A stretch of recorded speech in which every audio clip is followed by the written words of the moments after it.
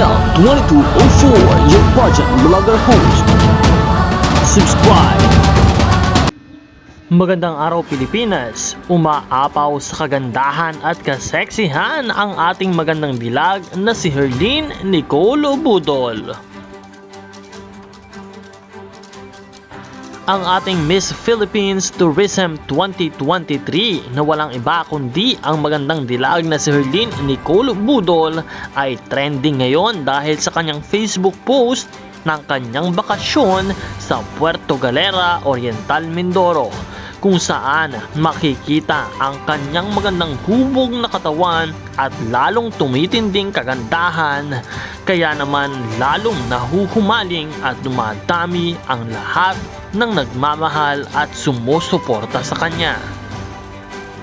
Ngayon nga ay na-enjoy na ni Herlene ang kanyang buhay.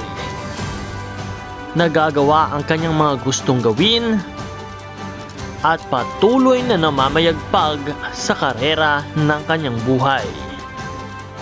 Dahil nga sa patuloy ang pagdami ng mga supporters na Herlene Nicole Budol at sa lahat ng kanyang tagumpay ay lalong tumitindi ang kanyang mga pangarap na maabot ang lahat ng ito. Maraming salamat sa iyong panonood at maraming salamat din sa iyong pag-subscribe.